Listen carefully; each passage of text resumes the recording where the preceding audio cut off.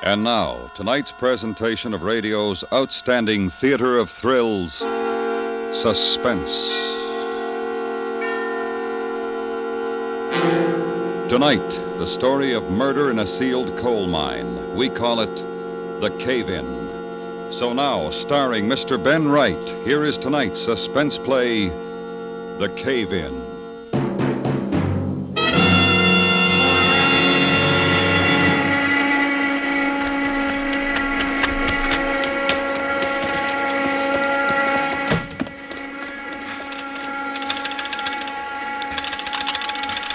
324, please. Hurry. Yes, it's the Clenouet scene. I don't know. Put in the call, will you? Mr. Garth, this is Mr. Flowers. It's a bad fall, Mr. Garth. Most of them got out, but a few are still down there. No, we don't know how many. I don't think there's been an explosion. Can you come down right away, sir? I don't know, sir.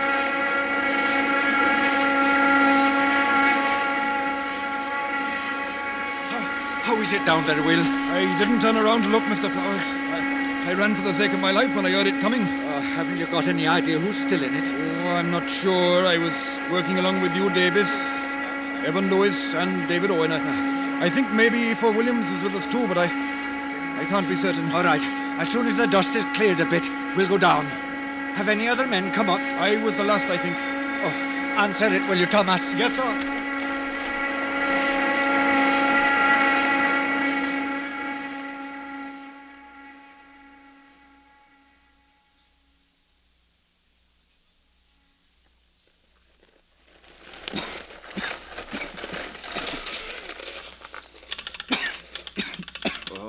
What's the matter with the thing? Why don't they answer up there? The fall probably knocked it out. You're wasting your time. Oh, well, no hard trying, eh? Hello. Wait a bit. Hello. You got through? Emlyn, can you hear me? It's David Owen. Yes. Tell him what's happened. Tell him. Sure. Emlyn, there's 4 of us in here. End of the shaft. You, Davis, Evan Lewis, and me. There's Ivor Williams, too, yeah. No. Ivor Williams. But he's dead. And you better have a policeman ready if you ever get us out, because he's been murdered.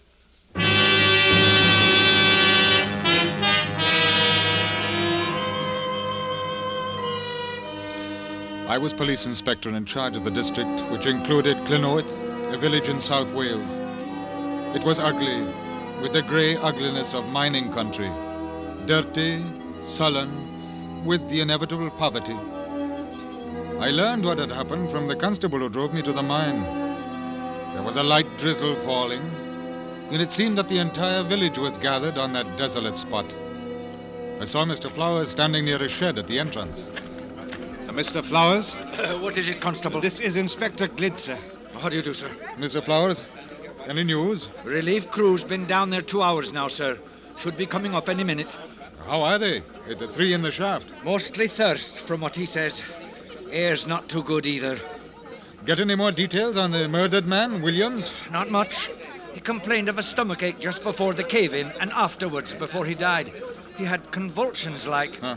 At least that's what they say down there. Well, that sounds like poison. The shot fireman, David Owen, talked to me on the phone from down there. He says he knows it's poison.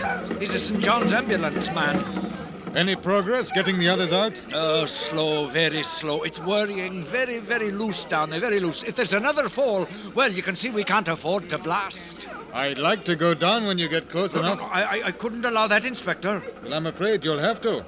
It's my job, you know. It's too dangerous. When those men are reached, I want to be on the spot. I'm not interested in policemen. I've got work to do. Something that might not interest you, mister. Saving lives, not hunting them. Excuse me now. Mr. Flowers meant no offense, sir. He's worried. I don't blame him. There's Will Vaughan just come up from the shaft. Maybe he knows something. Will Vaughan? Hello. Any news, Will? Nothing much. This is Inspector Glid. He's here for the murder. Oh. Well, I'm glad you're here. The chaps and me were talking while we were digging. We thought somebody better know. No? About Ivor Williams. About him? He was no good. No good at all, that Eva Williams. It's better you know the truth than find out lies. That's what the chaps and me decided. Ah. What is the truth? Eva Williams was a lad with the girls. It was more than one fight he had over it. Oh. So it's a great many men in Clynoweth who are not sorry to see him gone. Well, is that all? Yes, I'm grieved for his wife, poor woman. She was a fool to marry him, but it was for love. Since you've gone so far, will you name some names? Oh, it would take a dozen men or more. There's those three still in the shaft. David Owen, for instance.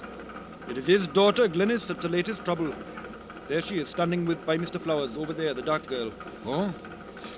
Eva Williams was interested in her? Interested? From the talk of the women, it is more than that.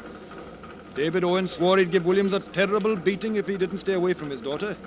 I see. Then Hugh Davis, that is Glynis's man. They are to be married. Hugh knows about the talk. He had a proper rage about it. Oh, poor chap, it does him little good now. You know that you've given those two men a motive for murder? Now, that's only two. What about Evan Lewis? They fought for 2 days before the fall. And I can go on with more. And you may have to, when the time comes. It'll be the whole village you can arrest before you are done. It is a great waste of time. Make your report that he died in the fall. It will save you the trouble.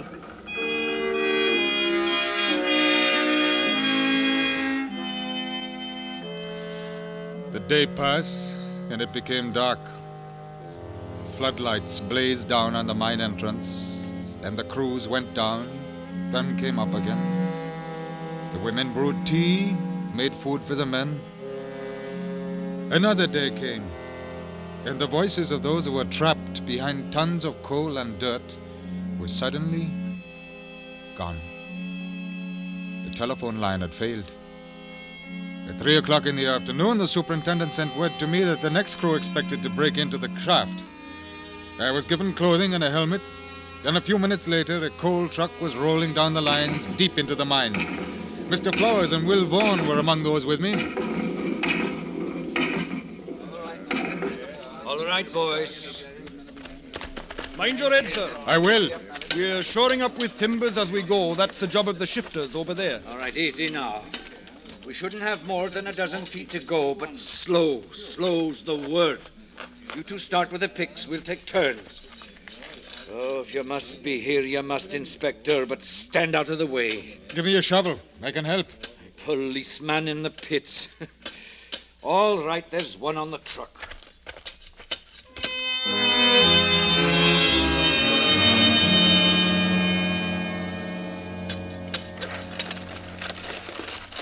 Wait a bit. You'd have made a miner, you would. I was once. I think it's easier being a policeman. Is it? Try again. See if you can get an answer, Will.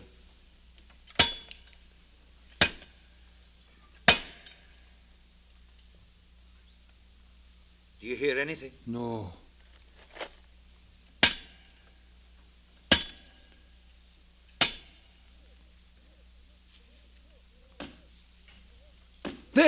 There! I heard it. They're all right. Here, give me the pick. I'll have a go for a bit. Oh, thanks. I'm about done.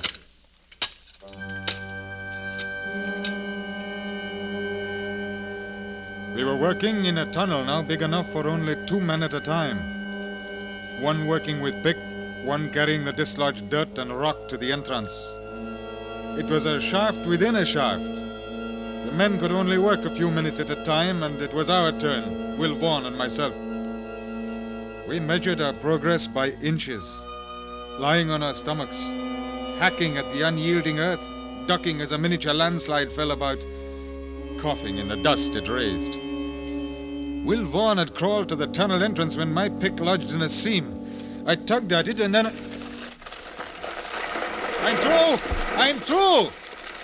Are you all right in there? Yes, can we get out? I hope you brought some water with you. We did.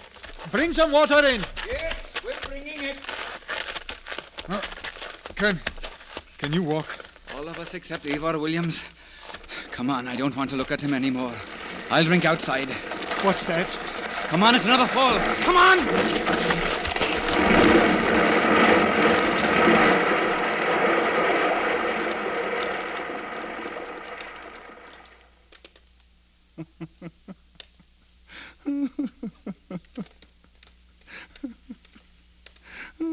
It was such a very little tunnel, wasn't it? And it took you so long to make. And now it's gone. What a shame you didn't bring in some water with you.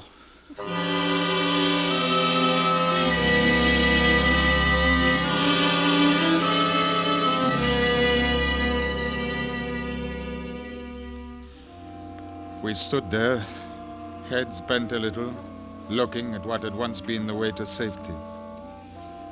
3 feet inside the tunnel, it was black. Black with the solidity of a wall. I knew that the tunnel was 12 feet long, and there was no way of knowing how much of the mine had caved in beyond.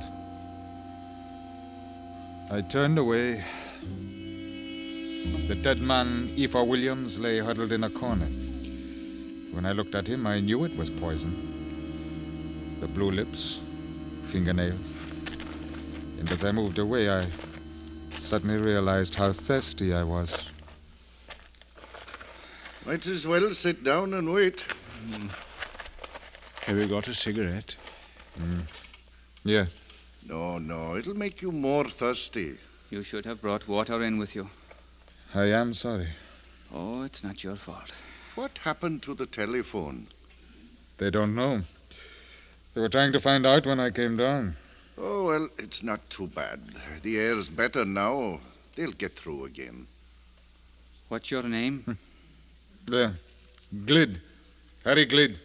He's the district inspector, Huey. Didn't you know? Then that's a very dirty-faced policeman you are. Yes. What about him? The dead one? Oh, we've talked about it. The boys. What difference does it make now? It's the law, Hugh. A person doesn't kill. That's the law. You think you know who did it? Yes. Remember now, I'm not agreed to it. Don't forget that. Nor I. His wife, Catherine Williams. She stood more than a body can bear, and I, for one, hold no blame. Why do you think she did it? I mean, proof. Because of my daughter, Glynis. Don't say it, Mr. Owen. Don't say it. There are a number of things I already know, Davis. Your Glynis never went with him, Mr. Owen. It's a dirty lie, made up by a lot of chattering old women with nothing better to do. She's my daughter, Hugh. I would feel it as much as you. I say it's true. Catherine Williams found out, and it was too much for her. That still isn't proof. No, it isn't. Catherine couldn't do a thing like that. She didn't. I heard him. I heard him in the pub. He was drunk and laughing. He may have tried to make up to her, but she wouldn't have let him. I was angry at the time, but Glynis wouldn't have let him. We are engaged. Nobody's arguing about that, Hugh Bach. Let me finish. He was saying that he had some money put away, that as soon as there were a few more pounds, he was going to divorce Catherine and take Glynis away with him. That's silly. Loud talk. You know it, Mr. Owen. That's all it was. Maybe, but if the word got back to Catherine Williams, what then? So then Catherine Williams killed him. And here we are. And who will be there to testify against her? Oh, I wish I had a drink of water.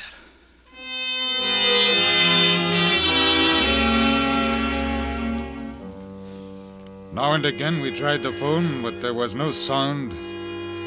We sat in darkness a good deal, conserving the batteries in our lamps. And there was always the dead man in the mine. None of us wore a watch, and after a little while, time became something that was only counted in the remembrance of what seemed an age ago. They had been without water for nearly 2 days, and I knew what a torture it was becoming. My own mouth was dry and bitter. It may have been hours, it may have been another day.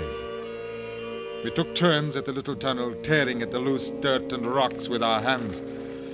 And we became tired very quickly. It's funny. What? I remember last week I went to the tap and drank a glass of water. And then I filled the glass again because I thought I was still thirsty. But I wasn't anymore, and so I threw it away. I threw away the lovely water. Oh, it made a cool sound. That's enough. If I want to talk about water, Evan Lewis, I shall talk about water.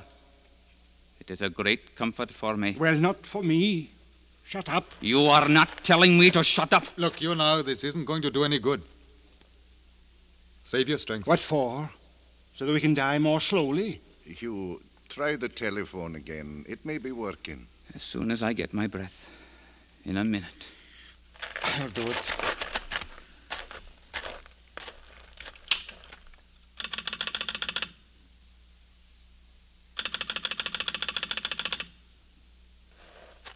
No. Nothing. Oh, well, I'm going to have a bit of sleep. Put out the light.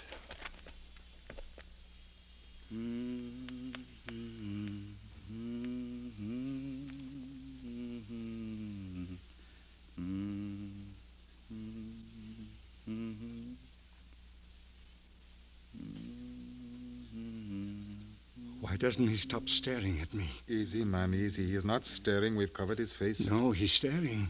Look at him. Make him stop. Oh, you can't even see him, Evan. There's no light. The dead can do you no harm. Oh, now, try to sleep. It will make the time pass sooner. I'm going to dig again. I'm not going to sit here to die. Give me a hand, Mr. Lid. Our hands were bleeding, and every handful of rock and coal and dirt was an agony to pull away. The darkness was never ending, and as our batteries began to fail, it became a terrifying, alive thing. It was you, Davis, who found the tea can. It glinted dully in the orange glow of his lamp. Look! Oh, look at this, boys. Listen to it. It's a tea can. Wet. Oh, it's wet. Did you ever hear a lovely sound like it? We can measure it out. There's enough there. You chaps first. I'll miss this round. You've been here longer. Share and share. Be careful, you don't spill it. The lid's jammed. There. No, you can't have it. Give it back, Evan. Give it to me. Don't be an idiot. There's enough for all. You'll have your share. No, stay back. Stand where you are, or I'll pour it out. Evan! No. You drink one drop of that, Evan Lewis, and I'm going to kill you. Come along now. You can have the first drink. That's all right. It's all right. It's his. It's his. It's Ivor's. He's dead. He doesn't need it anymore. And he's left enough for us all. Thank you, Ivor. Thank you. He's gone mad. I'm going to sit here with my tea, and you'll all watch me, but you can't have any. No, don't come near. Don't come near. All right. We can't let him. Hush, you back. Have a sip and then pass it, eh, Louis, man? Oh, no. I'm keeping it. Go on, then. But don't forget, Evan.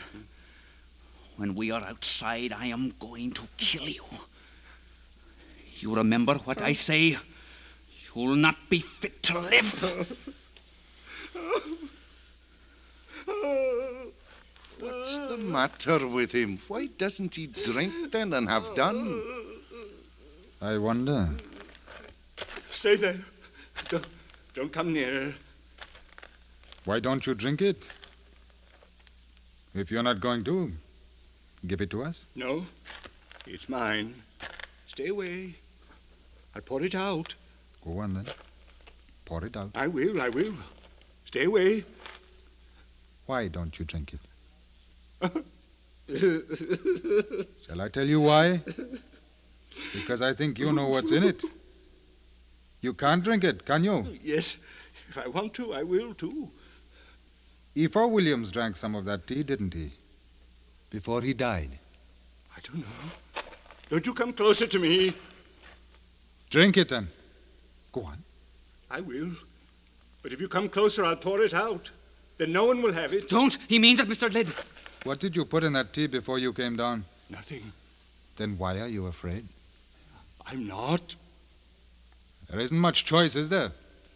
You're dying of thirst, but if you drink, you'll die of poison. Is that it? No. You know, if we want to get it, we can.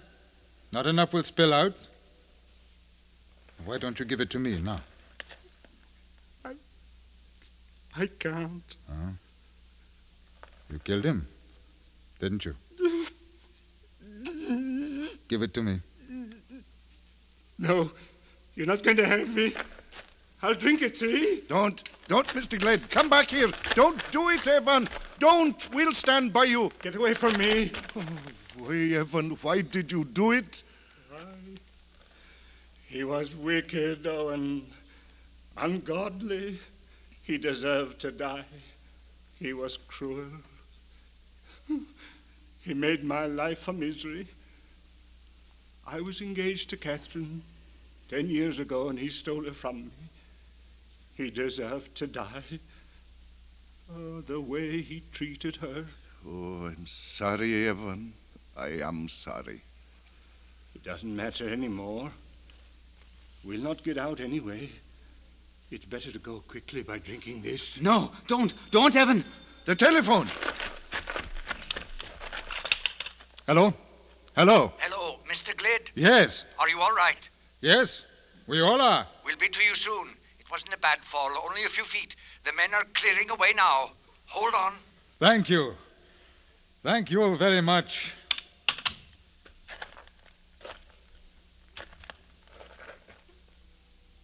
They'll be through in a few minutes.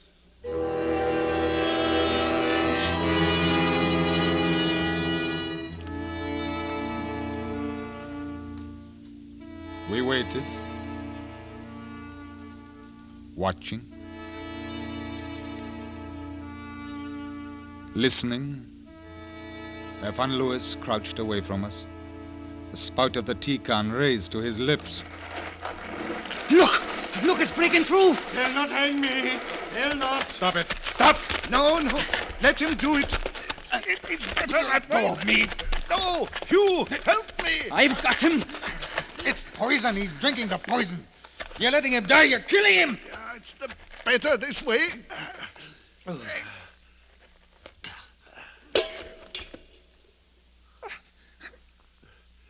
You can let him go now, Hughie. Thank you, Owen. Thank you.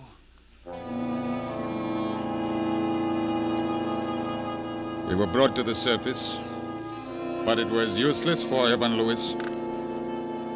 The doctor worked over him, and for the second time, his life was saved. Saved for the trial, which convicted him of murder.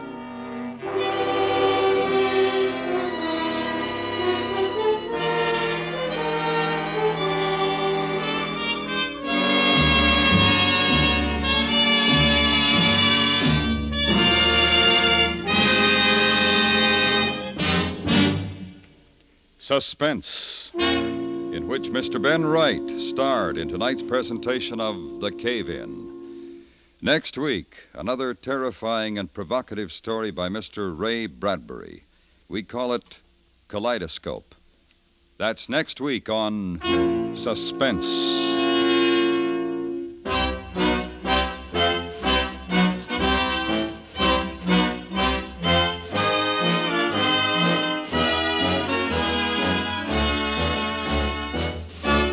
Suspense is produced and directed by Anthony Ellis, who wrote tonight's script. The music was composed by René Garrigan and conducted by Wilbur Hatch. Featured in the cast were Richard Peel, Tudor Owen, Jay Novello, Joe Kearns, John Dodsworth, and Charles Davis. Listen while you work. The Road of Life is here on the CBS Radio Network.